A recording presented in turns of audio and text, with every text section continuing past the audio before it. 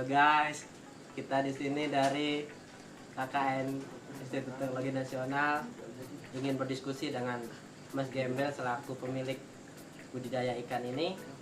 Mungkin kita akan memulai wawancara ini atau berdiskusi secara langsung. Siap, boleh, monggo. Baik Mas, ini mungkin kita akan mulai untuk pertanyaannya. Yang pertama, dari sini kami ingin menanyakan mungkin jenis ikan apa aja yang saat ini sedang dikembangkan lalu dibudidayakan di sini. Oke, kalau di sini kan ada banyak jenis ya, beberapa ikan hias yang memang dibudidayakan sama desa. Atau kalau enggak, lebih enaknya kita langsung lihat ke ikannya yang ada di sini. Ya, Jadi ini pertama Deus Farm, ini mainan ikan lohan yang ada di sini. Ini satu induk lohan, namanya perperan. Dia udah proven, spell proven. Jadi ini khusus indukan lohan. Jadi salah satu ikan hias yang diternakin sama Deus Farm, yaitu ikan lohan. Terus yang kedua ini ada Oscar. Di sini Oscar, cuman ini siapan untuk indukan, bukan indukan. Yang indukan ada di sana. Terus yang ketiga ini ada tipe base. Ini tipe base kita juga main. Jadi prinsip Deus Farm, semua ikan hias yang bisa diternakin kita main. Gitu. Terus lanjut yang ada di sana. Kalau yang untuk ini Mas, ini jenis ikan apa? Kalau untuk ini jenisnya blue parrot sama platinum parrot. Jadi kalau untuk lokalan Klaten, Jogja, Solo ini masih jarang. Paling banyak itu red parrot, itu biasanya pada nyebutnya pingpong parrot ya. Cuman ini ikan mau dikembangbiakin di Deus Farm juga. Kalau untuk di atas ini, di sini ada kopi. Nah ini ikannya Deus Farm. Jadi Deus Farm pertama kali mainan itu ikan kopi sama koi. Jadi untuk utamanya memang koi sama kopi. Ini namanya black rancu. Iya, black rancu. Terus untuk proses pengembangbiakannya sendiri boleh dijelaskan Mas gimana? Kalau untuk pemijahannya, untuk koki ya, untuk koki kita lihat dulu ikannya udah siap atau belum. Oh berarti di sini semua ikan di sini itu kita pemijahan sendiri semua. Ya, hampir semua pemijahan. Cuman ada beberapa ikan yang memang dari Deus Farm belum bisa ngembang biakin, jadi ambil dari luar. Contohnya ada ikan buntal, green spot atau phakaka. Ya itu kan sini kan belum bisa ngembangin, jadi ambil dari luar. Jadi itu tadi beberapa indukan yang ada di sini. Tapi kan nggak semua Mas sama Mbaknya bisa lihat karena ada beberapa indukan yang memang berada di luar sini, gitu. Ada di kolam gede. Gitu. Jadi ikan apa yang dibudidayakan sama Deus Farm itu ada satu kopi, yang kedua koi, yang ketiga lohan, yang keempat ini ada peacock bass, yang kelima Oscar, yang keenam manfish, yang ketujuh blue parrot. Jadi sementara Deus Farm ada 7 ikan hias yang dikembangbiakan di sini.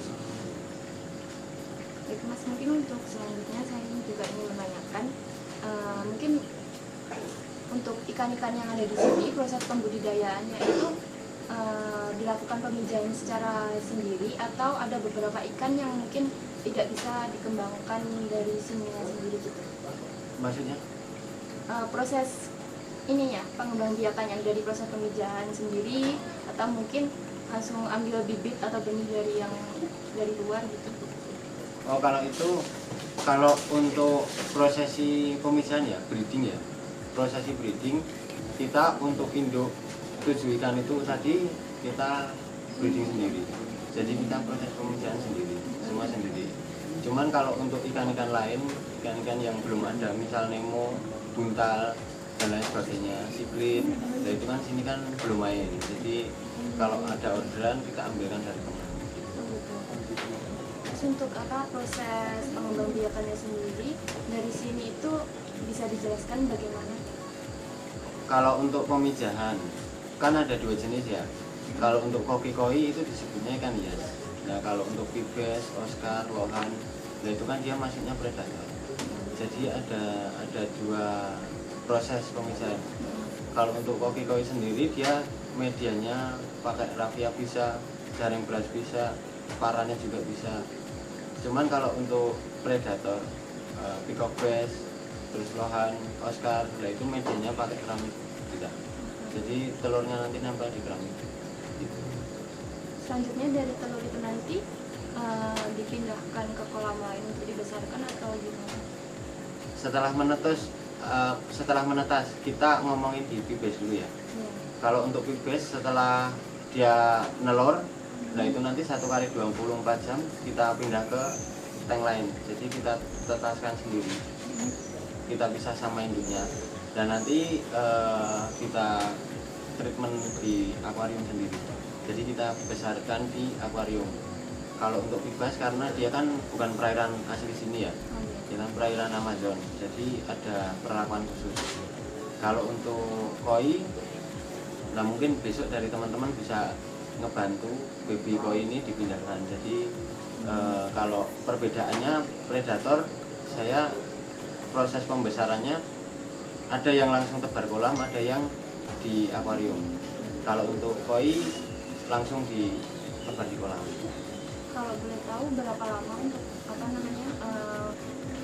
prosesnya dari benih itu terus kemudian pindah ke kolam perdewasaan sampai siap dijual di pasaran? Kalau untuk koi ya, koi dulu ya. Kalau untuk koi dia umur 4 hari itu langsung kita tebar di kolam. Ya. Terus umur 1 bulan 30 sampai 35 hari itu nanti kita jual. Jadi kita seleksi. Gitu. Berarti jualnya masih benih, masih dalam ukuran Ya, kecil. ya, ukuran 456 cm.